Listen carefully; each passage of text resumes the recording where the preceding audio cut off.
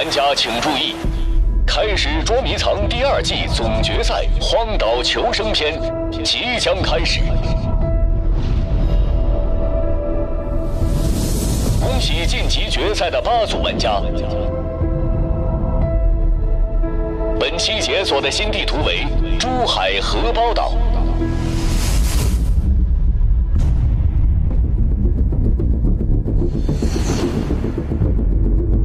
决赛场地全面升级，举步维艰的无垠荒滩，踪迹难寻的深莽密林，破败不堪的废弃建筑，全域覆盖约1.5万平方米，难度拉满。请玩家根据手中的地图，在标记的合规区域内进行躲藏，躲藏时间6小时。同时，决赛赛制再次升级，决赛猎人开启不限时搜索 ，X 猎人将在搜捕半小时后解锁。本期 X 猎人的关键词为火凤凰。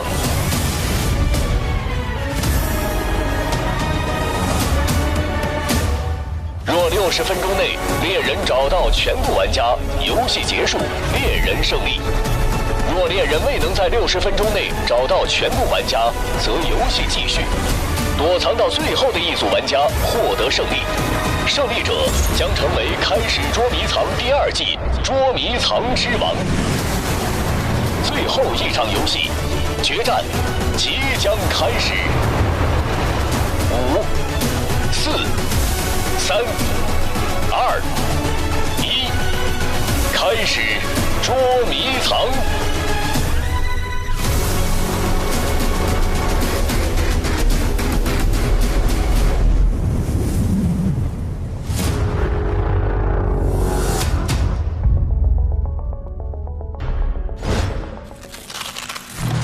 本季最后一期荒岛是我们的终极战场，今天的场地可以说是2季中搜捕难度最大的。沙滩封印了我豹的速度，沙地好难走啊！丛林遮蔽了我鹰的视力，黑的什么也看不见。废弃建筑的重物限制了我虎的力量，这我搬不动啊！但不管多难，我和 X 猎人也要拿下这场终局之战，代表猎人方战到最后。准备好了吗？我来了！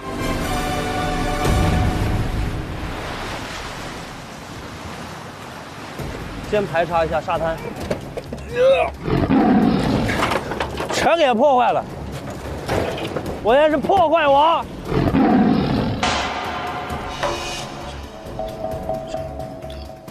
走走走，这个沙地好难走啊，而且这个沙滩好大。先去其他地方看一眼，不要浪费时间。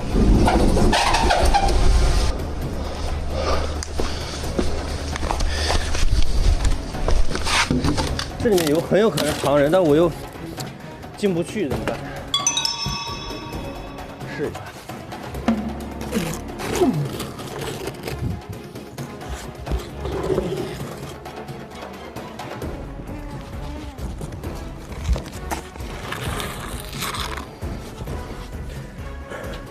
里面的空间很大，它是通的，太大了，我也钻不到最里面去。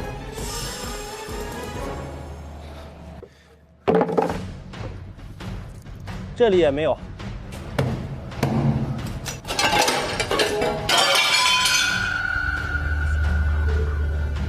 太可怕了，太可怕了！我再仔细的看一下前面，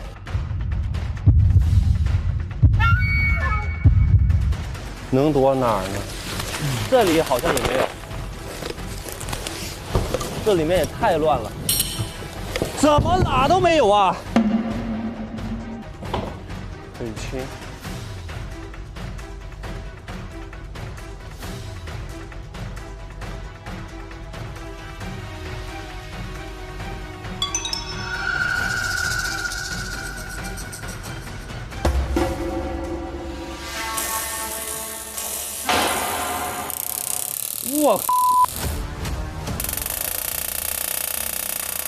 我有没有电呢？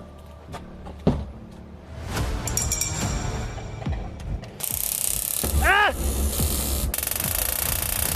我的妈呀！我天哪，吓我一跳哎！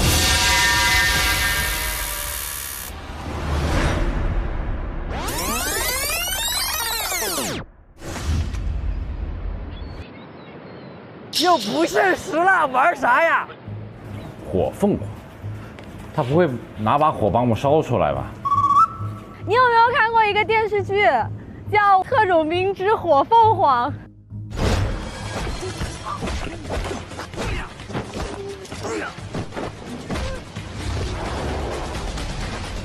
我听过这个名字，就是一个讲那个女特种兵的。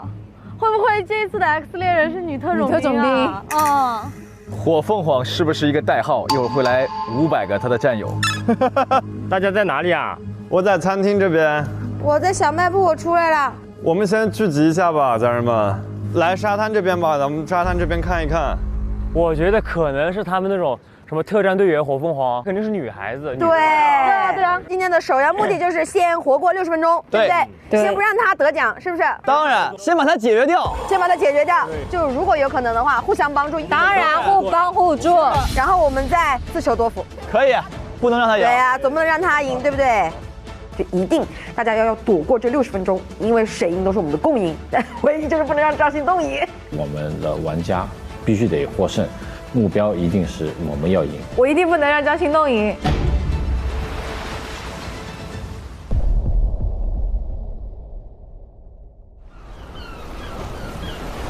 这片海好大呀，这整片海滩都是我的。现在大家欣赏一下美丽的风景，先不要有决赛的紧张，好吗？大家，让大家看看我们漂亮的海岛，听一听大海的声音。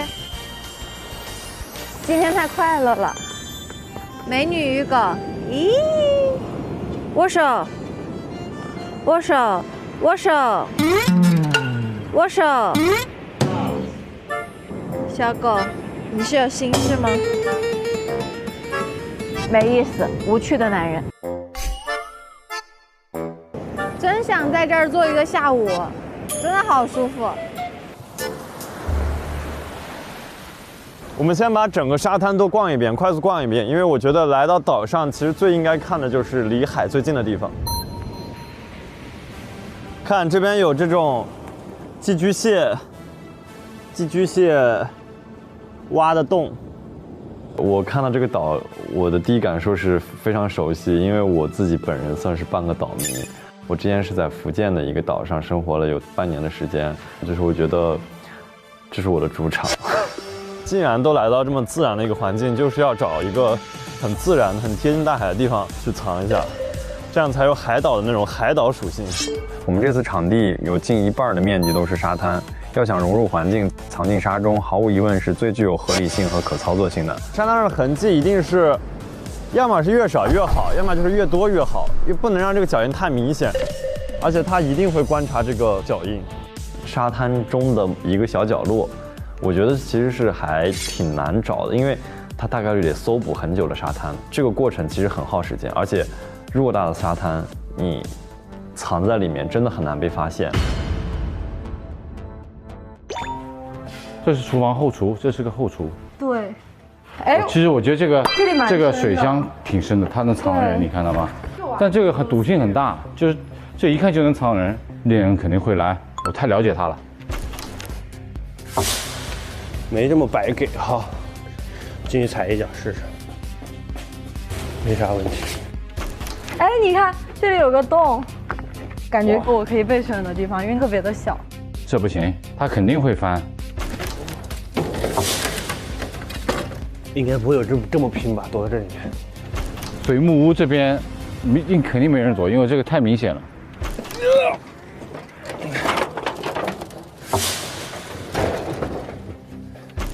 这我现在室内我都不想看，因为我上次给我整伤了。为啥把你？我不是做那个宇航服嘛，然后我就是觉得凭空的要造个景，其实太累了，要花很多时间，所以我觉得还是要利用环境，对，利用环境才是最简单的方法。哇，能到这么高！哇！哇，阿龙啊，这种柱子你能上去吗？可以上。啊！这是什么？哇！啊！哇！我天哪！哇！还可以教教我们吗？可以，你们试试。哇！不行，我也来，有天赋啊！伸不直。这是什么动作？常规操作，我们别玩了，赶紧搜索吧。妞妞，过来。今日我就是此岛的狗主。你要想吃，今天就带我玩，知道不？猎人来了，你就给它拖住，咬它。你真的在喂狗啊？狗玩啊，我包里刚有鸡胸肉干，还有香肠。你真的在喂狗啊？哦呦，好狗！给我手给我。哇！1秒幸福。哦，可以。哇，它跟着你走了，真的就。过来。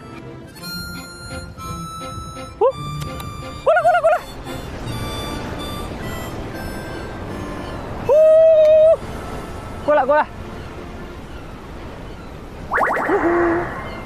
哎，看，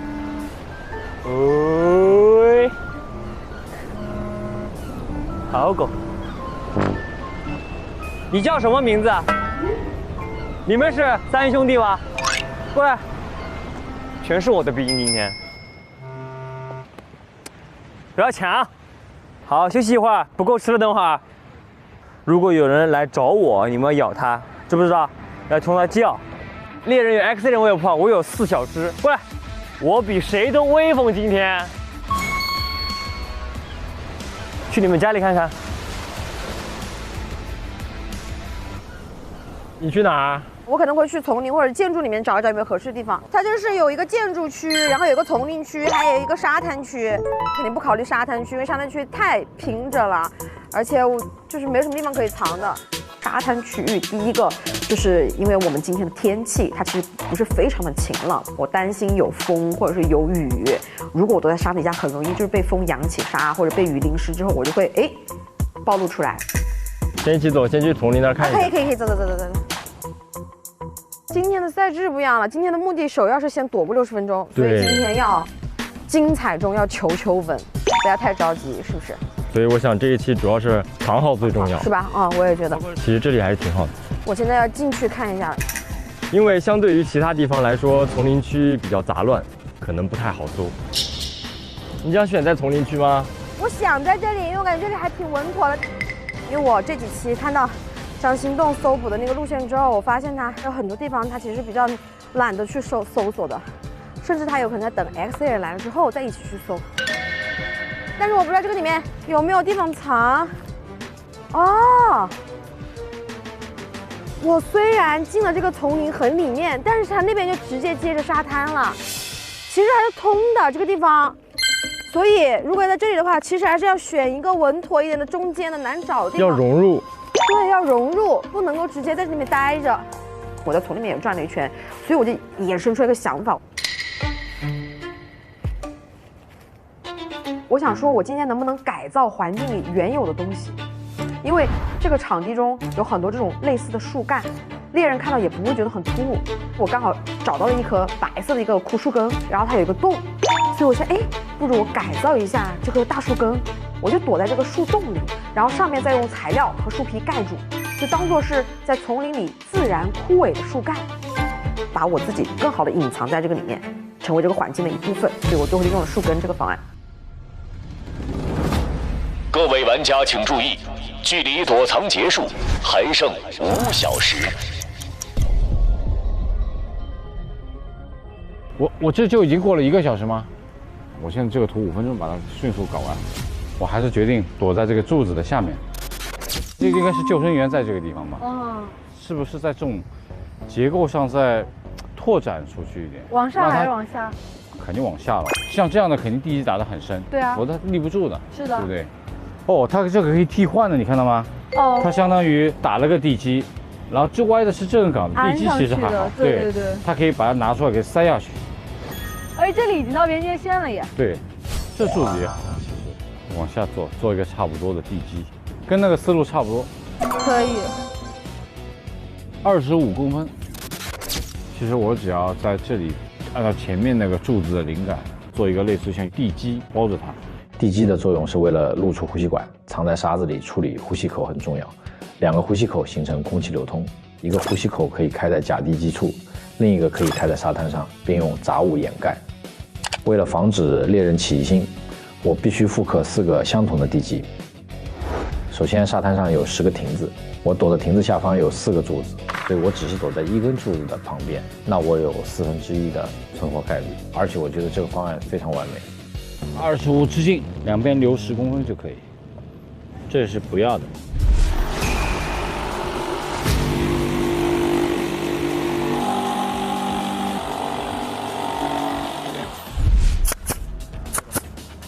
这个已经做好了，到时候就拼成这个圆柱，旁边还要做一个差不多这样的高度的盒子，上面做几个假的螺帽，让它看起来就像个地基一样。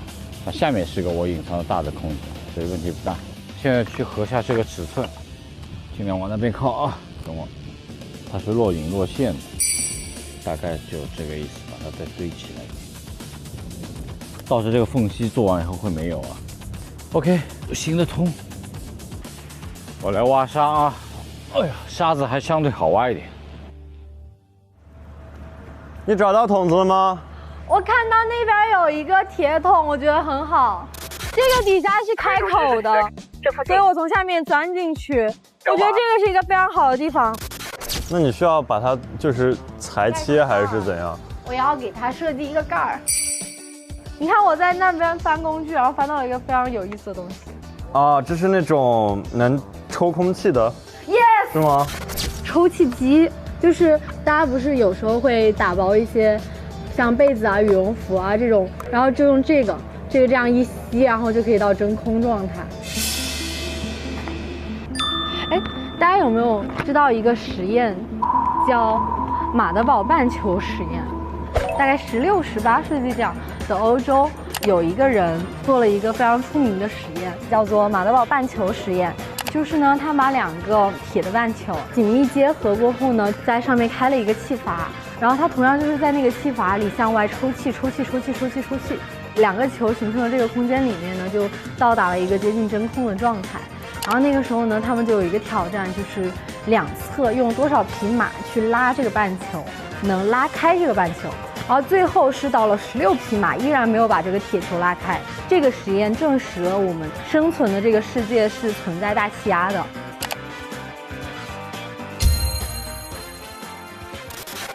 所以呢，我就是想藏在铁桶里面，然后在上面做一个这样的真空装置，然后把它做好了过后衔在这个铁桶的上边缘。因为游戏规定不能完全封死，所以在真空装置的下半盆中间开洞，贴上亚克力并密封，猎人打开气阀，透过亚克力才能找到我。所以那它很难打开吧？如果你穿真空，那我肯定会，我给他留一个气阀，它需要放气。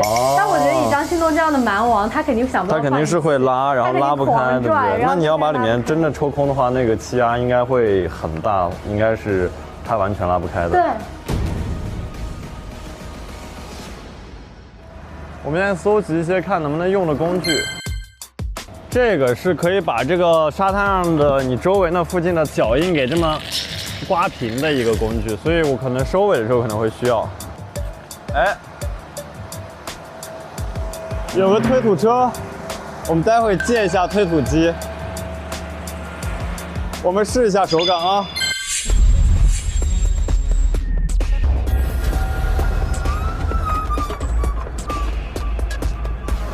我今天的躲藏方案是躲在沙中，所以挖坑是必不可少的步骤，所以我用了推土车，其实大大节省了人力、物力、时间。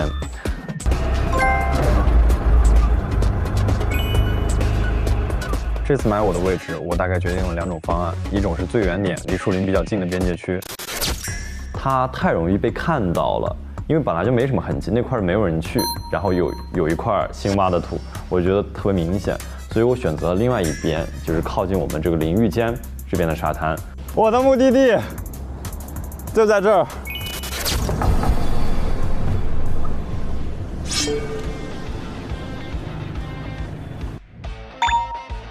太深了，那这么多就够了。你的头怎么办？练？我会找一个桶子，这样，这可以，藏在这儿挺隐蔽，但是周围的这个沙子的痕迹，尤其是推土车的印子，所以我待会想拿这个推土车把这个地方全部都走一遍，全压一遍，全压一遍。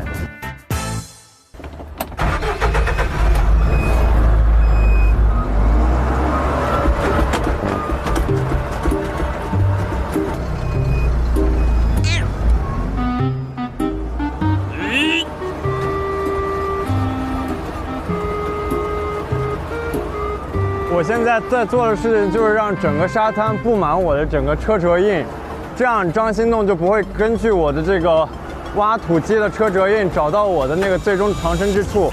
动用大型工具唯一的缺陷就是会留下明显的痕迹，但是通过我这招将不合理的车辙遍布全海滩，那猎人也就无从下手了。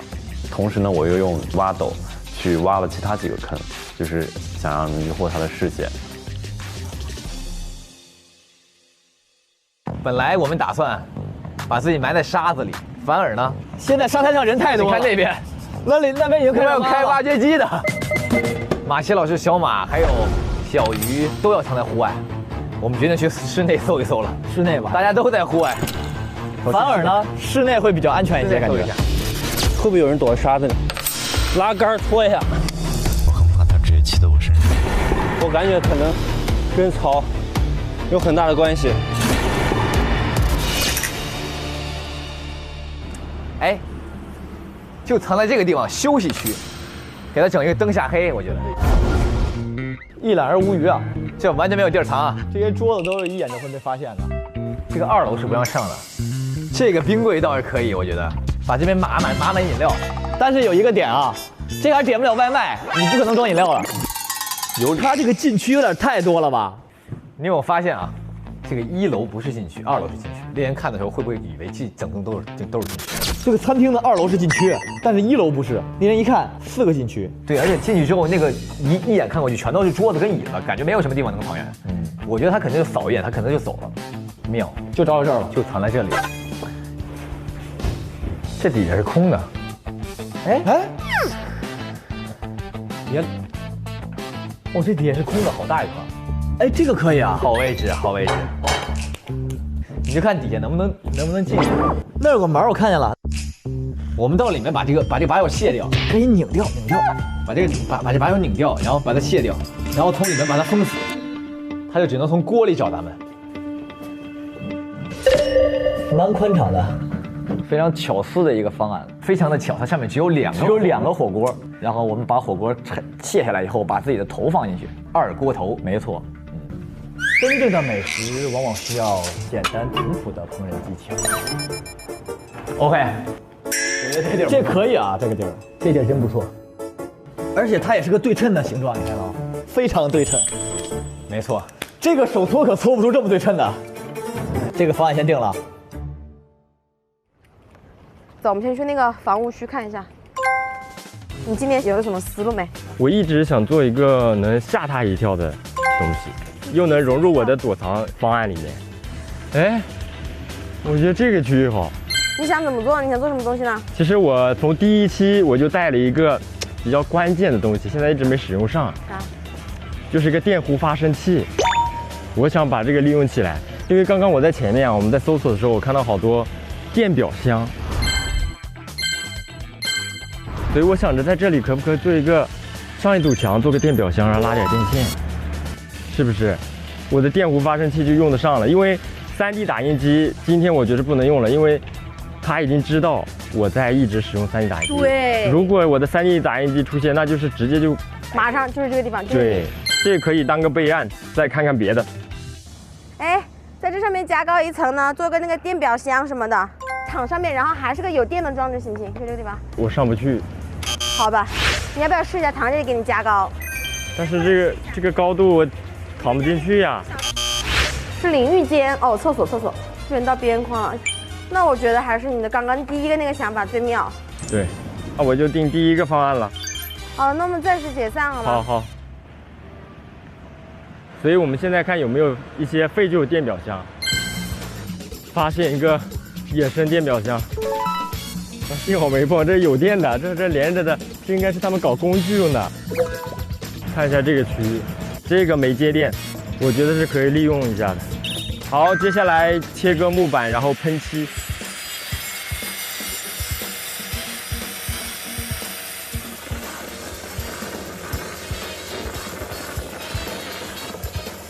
好，可以了。今天的想法就是找个洞，今天不能让罗家豪当洞王了，我要在各个地方找找。这一期毕竟是总决赛，那我就是要回归初心，还是利用我的柔韧性躲进狭小的缝隙中。白给。水缸里面，这有多深啊？它会照吗？一低头就看到了。不行，这里面是地儿。找寻一下我的洞。哎，这儿有个洞。平常树根是埋在地下的，但是因为是算像是景区一样的地方，所以它会有木板跟土，还是会有一溜溜的距离。我觉得好像我刚刚好可以塞进去。我决定卸这个。哎，我去这个螺丝刀。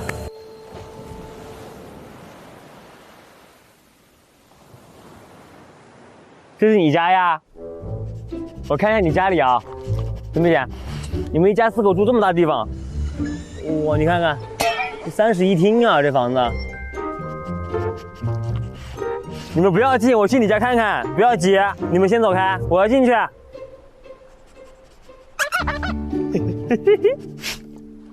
你要跟我一起进去啊？你不要亲我啊！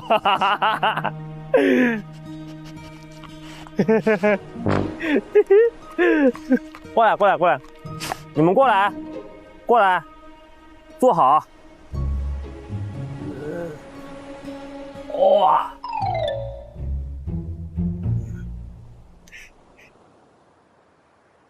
里面好大嘞！他住的挺好的还，这个房子。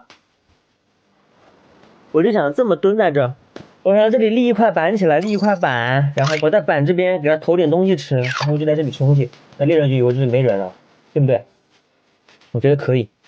我一开始是想，我说，哎，这一季爬了3次房子了，再爬的话，觉得哎罗家豪好没新意啊。但是又要想罗家豪又爬高，我觉得那就玩的开心，那就是躲在狗窝里面。你不要进来，我出去了。你走开呀，我没有吃的呀。长这么大第一次钻狗窝啊！哎啊，跳3按跳会长高。等会儿我躲在里面，你们4个在门口给我守着，知道吧？人来了就叫，啊，我就给你们吃，行不行？好狗。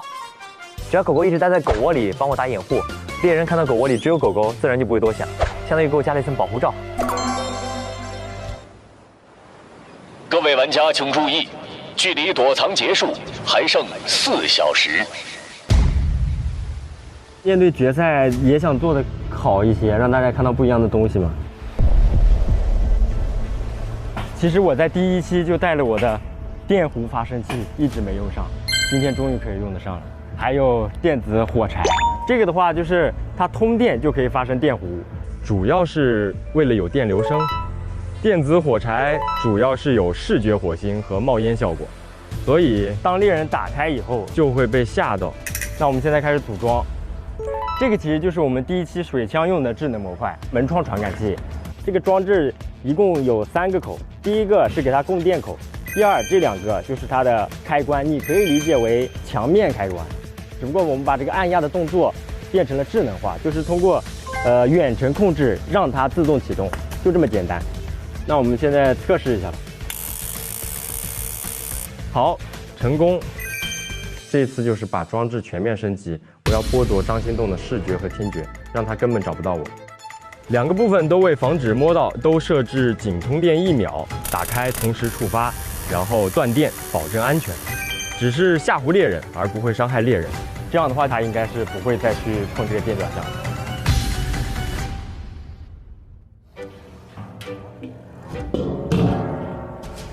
量的差不多一个正好外径卡外内径卡内的，然后我们一会儿把这个盆的外盖切割一下，切割完了过后再把我们的这个盆扣上去，正好就把它原有的这个完全密闭的上面变成了我们这样一个马德堡半球的上下盖儿，这样盖了上去。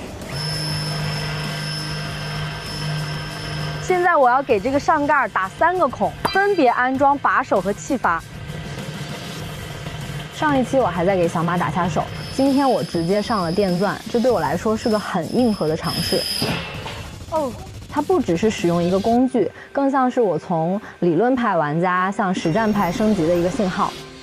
OK， 那我们马德堡半球的1半球、上半球已经做好了，然后接下来我们要去给下面的这个盆切一个洞，因为这样的话，张心动打开上面这个盆，从这个可视窗就能看到我了。小雨，哎，能借一下剪刀吗？给你。我突然想到马德堡半球是吧？它好像需要16匹马都拉不开，一边8匹。而且因为我这个比当年他们实验的那个尺寸还要大，所以其实需要的力气会更大。是的。经过复杂的运算，能够算出张心动要拉开这个盖，需要用大约是28640牛顿的力，也就是说大概是3吨的东西。我觉得以张心动他再蛮王，他也根本就不可能拽得起来一个3吨重的东西。张心动要对抗的是整个大气压。我们的装置就大致完成啦，就是这样的一个上半球，抽气放气，中间气密胶圈，下半球可视窗，3部分。OK， 大功告成。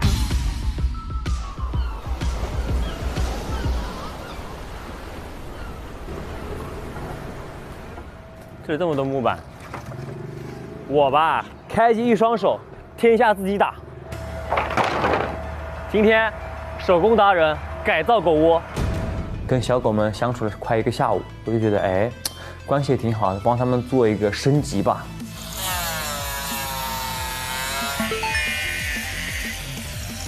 非常棒！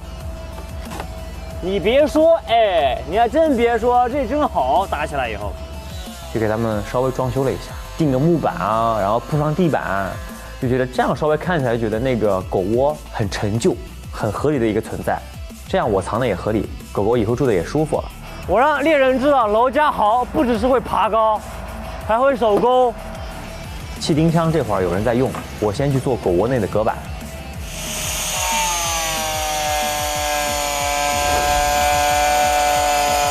你看我厉害吧？平不平？整不整？我是不做手工，我要是做手工，没有马老师那个讲出什么事情了。跟你讲，全被我打败掉。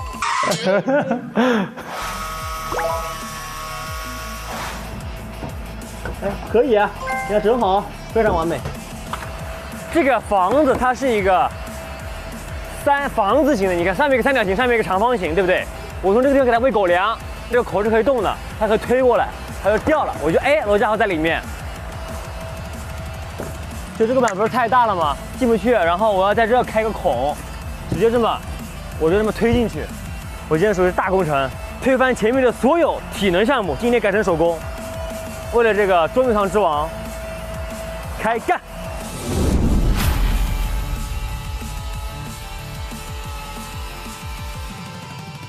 小雨，我问你个问题啊。好。我要把这个桶子埋在里面，然后我整个人躺在里面，头这么躺在里面。哦，你这个是为了你透气的是吧？对，然后分析一下3个孔应该 OK 嘛？然后这个深度的话，我差不多埋在这儿。因为你埋在沙滩里，你整个人是没办法呼吸的，所以我自己做了一个桶子，这个桶子呢完整的罩在我的基本上是胸以上的位置，同时我的手可以在里面进行基本的活动。我还给自己开了3个气孔。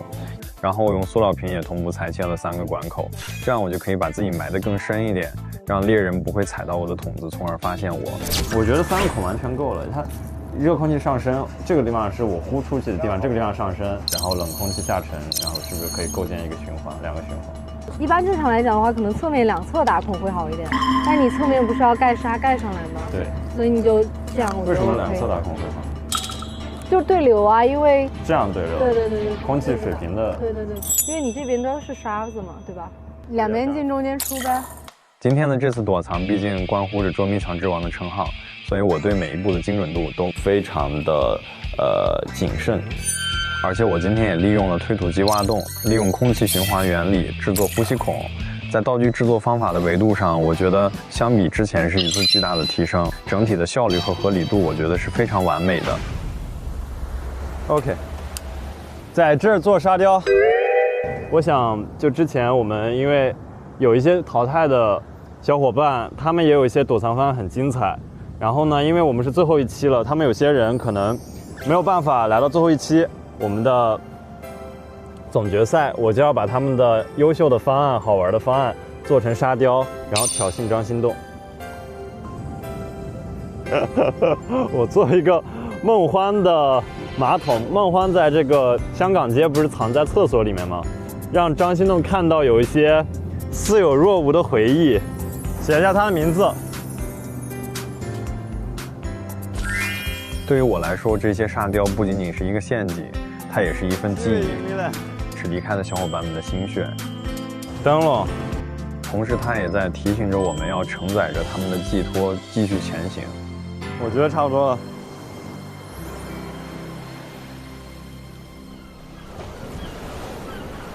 我现在处理一下这个地基。地基表面我会用石膏绷带糊一层，不用弄太平整，稍微有点坑坑洼洼的，刚好做出那种风吹日晒过的旧旧的感觉。好像有点意思，等会儿再用这个颜色再调一下，拍一下就可以了。再找一些假的螺帽，我要找个螺帽。就这个，我等会儿可以放在上面。哎，大小正好啊，拿。哎，这个你看，白色的，白色上去就完全很像了，这颜色都不用，干了以后更像。摸上去手感也可以，手感是硬的，像不像？哈哈。在这个基础上还要往上再糊一层石膏，这样可以把表面做得更扎实、更真实。先把这个先给它抹上去，然后再放上去，这样可以有一点岁月感。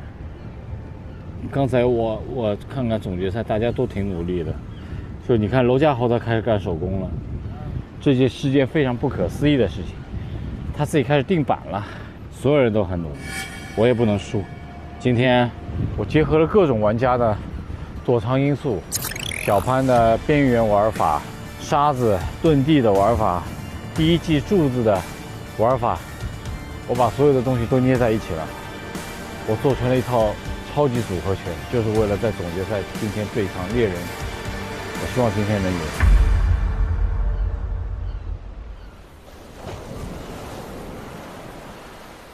花花，你想藏在哪里？我藏木板下面啊，它就掰不开。我可以帮你拿电钻吗？我正好有电钻。可以，太棒了！哇，太快了！钉子收集好。好的。哎，小心啊，掰断了也不太好。这个地方有一个。哦，这么深呢？哎呦，小心！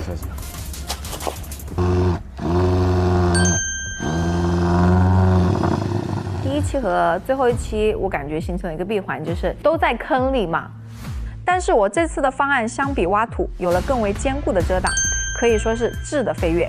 而且我也自己利用了一些工具进行了躲藏地的制作，也在小马的帮助下学会了用电钻。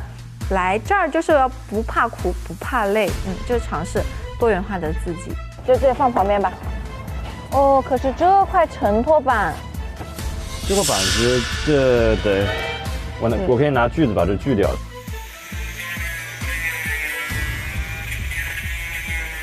应该切完了哦。OK，Thank you。哦。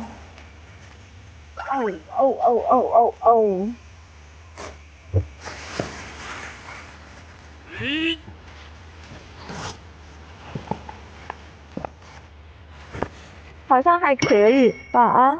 树洞底下的大小，在我蜷缩的状态下，刚刚好可以塞进去。我的这个躲藏方案，我觉得挺牛的。把这个贴上双面胶，然后把这个帽子跟这个花粘在一起。没错，怎么老掉啊？这真是个完美的方案。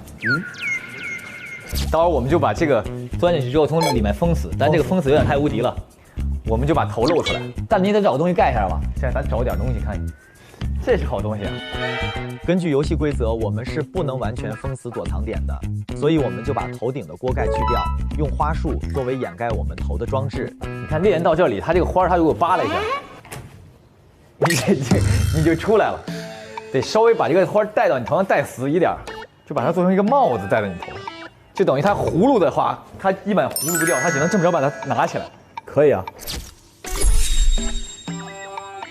粘上了这些，就我放里头看看。哎，这个有点空啊。这个花从这儿透光，所以得把这个盒拆掉，然后这个花泥直接顶到头上就好了。接下来是个园艺的工作。我们之前在餐厅一共找到了2个花篮，但是其中一个花束布局过于集中，漏的，它的底座是漏的，可以看到底下那个洞跟草帽。我们把它拔了之后重新插了一下，就是为了不让猎人直观的看到我们的发际线，所以我们赶紧把那个花就重新插了一下。没错，第一次插花贡献给了捉迷藏。为了躲藏，学会了很多新手艺。虽然过程是相对繁琐的，但这也算是我们的一次新突破。它这装进去其实还好，我觉得不是很能看见，可以吗？还行，我觉得他看不出来。来，狗旭，我们试一下。我们这个太巧妙了，没错。反而我觉得这个方案很好，非常好，因为这里本来是2个锅，然后我们把锅拆掉了，把头伸出来，这叫什么？2个头，而且这个转盘还能转。2人转，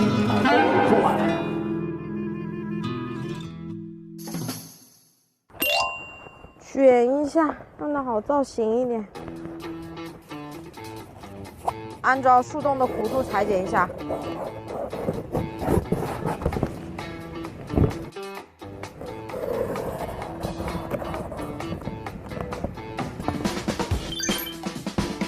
现在纸壳已经裁好了，然后现在准备用树皮和纸壳做一个结合。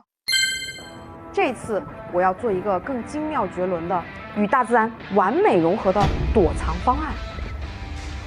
怎么做啊？真疯了！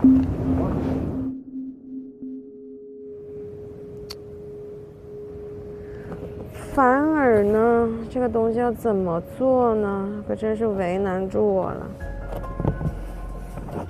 对，如果是插贴上去，然后盖东西肯定不合适。那我还不如那个直接补它这个洞还好一点点，因为现在已经不用插了，所以我打木龙骨，一个。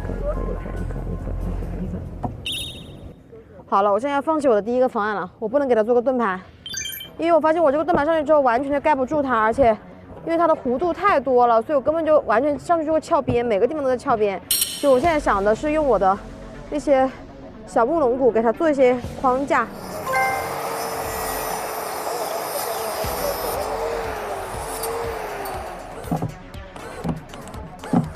好了，我的木框架打好了。现在我想要在上面再去贴一张我的这个纸。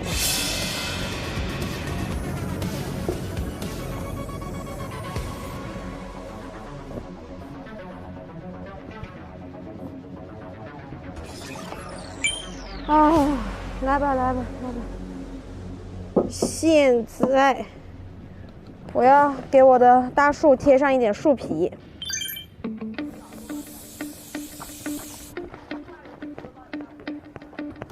主要是现在剪的树皮都不一样的颜色，它跟它们完全不一样。卡 bug 了，这下子。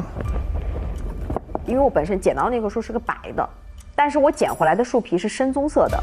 我突然想到，我今天有带一些轻粘土。因为现在的情况是这样的，就是我如果只去找树干、树皮的话，我很难找到和树干颜色一致的树皮，所以我想了一下，可以先铺轻粘土，因为我一会儿可能还要再在这个上面上色，所以我可能没有必要直接用树皮，可以先用粘土做基底，再加树皮可能会更好。现在我要去调一个树干的，就是枯树枝的颜色出来。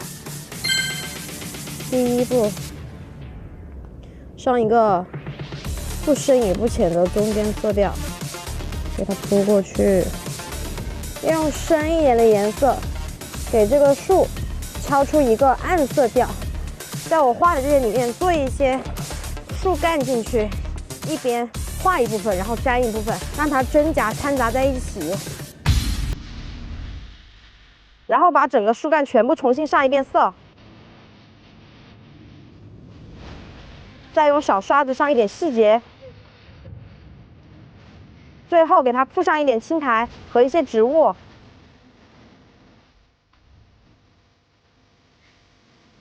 为了这个方案能够完美融入环境，我几乎是想尽一切办法，就肯定想要去成为这个捉迷藏之王的。我说实话，从这个地方看，它很像是一棵原生树。你的方案每次都很惊艳。小鱼老师那个方案真的是手工的巅峰，好逼真。这不是换了个树吧？就是完全就融入在那个树林里了。今天的捉迷藏之王应该是他了。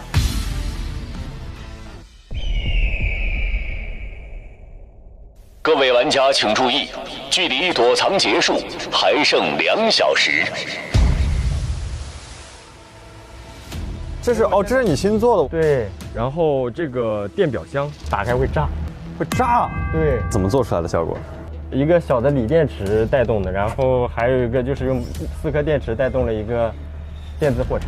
啊，那个电压多高呀？电压不高，就是吓一吓张心动。哦。草鱼老师这个方案就很硬核，楼梯底下的空间的那个隔板是他手搓的，看上去完全是一个很自然的痕迹。包括他的电箱，他自己做了程序，他其实利用了人天生对这种电的一种畏惧感，所以张心动就算打开，也不一定能继续搜查下去，有可能会被吓到。所以我觉得我心中的捉迷藏之王是他。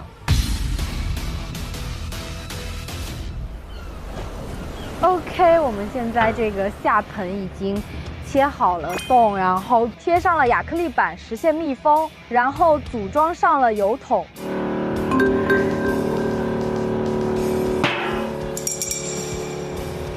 哦 ，OK， 我们来试一下。哎，啊，好 ，Hello， 小蒋这里需要人来一下，楼哥或者小马。手工达人娄家豪闪亮登场。来，楼哥，你踩这边的。到时候我也会把油桶固定在地面上，让它只能从上面打开气阀。我是个。哦。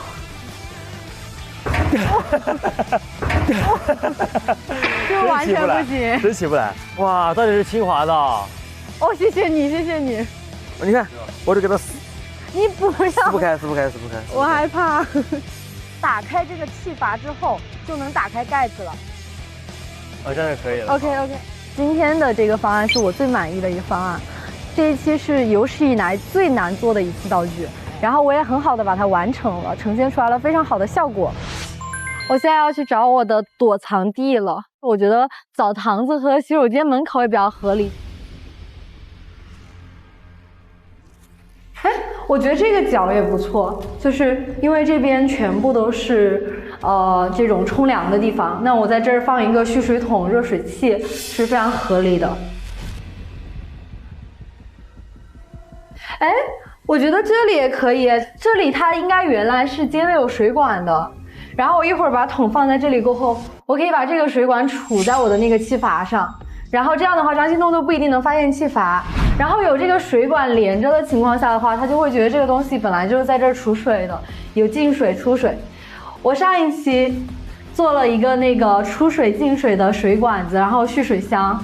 当时是想做潜望镜，让张心动找不着。哎，他果然没有找着我。这次我又搞水管，张心动，你能找到我吗？我觉得你不行。我觉得我刚刚选的那个地方超级无敌棒。我感觉选完过后，直接就拿下了呀！这谁找得到我呀？箱子做好了，这种木板箱是做捉迷藏玩家的基本功啊。对，我们现在做的跟我人差不多大，90公分左右。我还得往下挖一点，我先进去试一下吧，要。有啥问题啊？鞋子放旁边就好了嘛。够，完全够。你看，就往下挖深一点就可以，要把这个东西多完善一下，远一点。沙子没有泥土那么硬，整体比较松，我自己就可以完成。现在4个柱子都做好了，然后最主要现在要解决这个这个柱子跟我躲藏地点之间的呼吸问题，可能会考虑这个 PVC 管子，然后从这个底下进来，这里掏个洞，从这里穿过来，在这里呼吸。距离也不是太长，这个是个很严峻的考验，我们试一试。今天必须拼一下。我平时还比较追求那个舒适性，对不对？在场地里面拿个小板凳坐着，但是在最后一集我是完全抛开了这些因素，我把鞋都脱了，披头散发，然后头上是沙子，脸上是沙子，身上全是沙子，我都不再去考虑这些因素，我只是想做一个纯粹的躲藏。这次胜负欲特别强，我觉得目标一定是捉迷藏之王。各位玩家请注意，距离躲藏结束还剩30分钟。马老师，你说需要人把你埋了？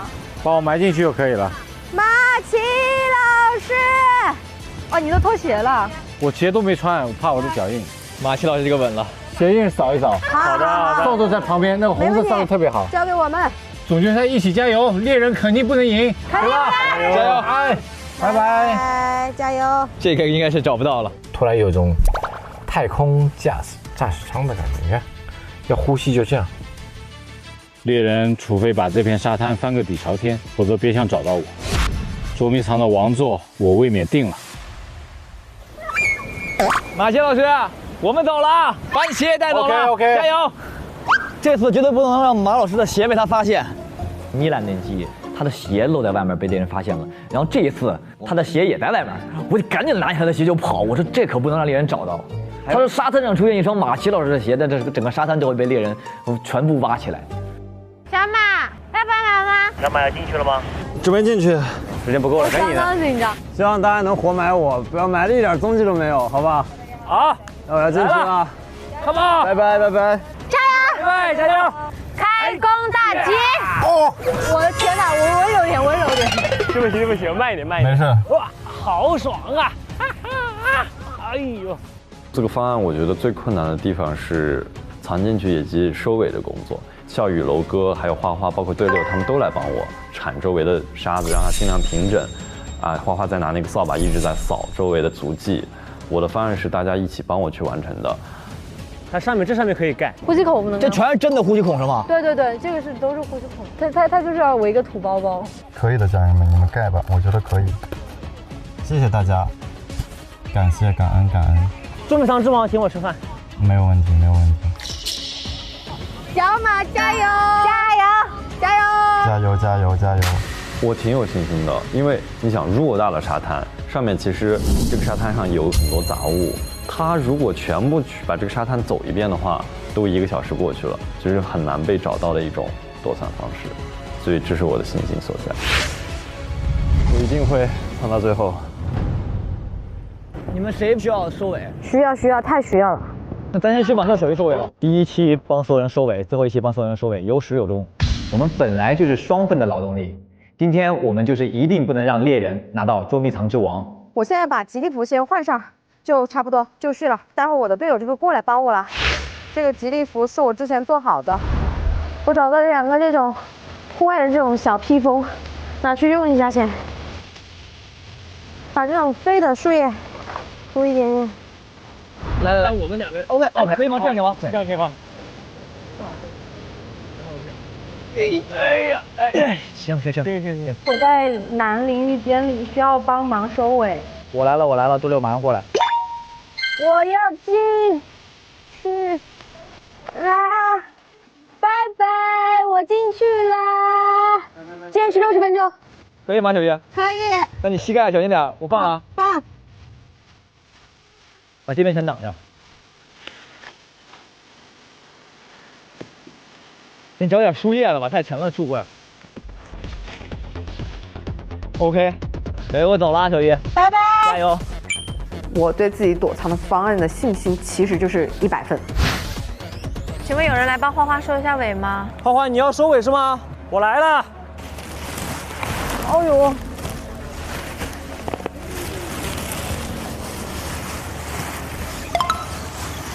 我帮你收了。Hello， 快来快来，你把木板给我铺上，然后上面给我盖点枯叶。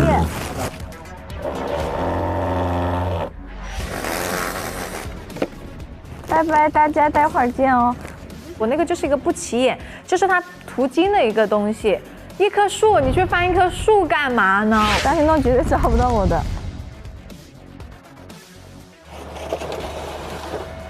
来，芊芊，我们脖子带一下，真听话。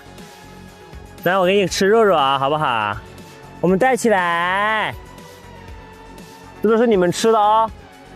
你看，很多。哎呀，哎呀，欢欢乐乐过来，妞妞，有吃的来，拿，来吃东西，这里吃东西。对，好狗，张一诺，来抓我吧！我要当这一季的捉迷藏之王！拜拜！快点开始，我吃的不多了。Hello， 有人吗？这儿，这里最里面。Hello。OK， 我要准备先进去了。来，我进去之后，帮我把桶固定在地面上。我要进去喽，加油！好，可以吗？可以，测试一下看能不能抬起来。螺丝我已经帮你拧好了，拔不动。好，放心吧。好，谢谢。张心动不是自称说是蛮王吗？那我今天就要让他去抗衡大气压，看看他有没有抗衡大气压的实力。我们两个协助一下。好，我先进去。那我进去了，拜拜。这个箱要露出来的是吧？对，露一半。你左上角推一下，你左上角对 ，OK。OK， 好。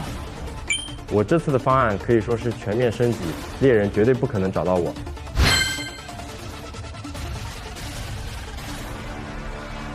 哎，太累了。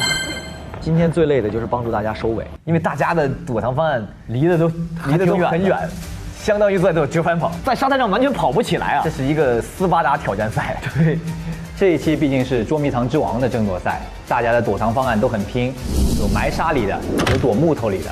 有利用物理原理的，我们就很怕就是我们收尾没收好，然后就是让猎人发现了一些漏洞什么的，所以都尽可能的把每个细节都做好，才开始自己躲藏。队六呢？你们还好吗？我们已经收完尾了，我们在自己这儿躲的了。我们进去了，一定要拿下捉迷藏之王。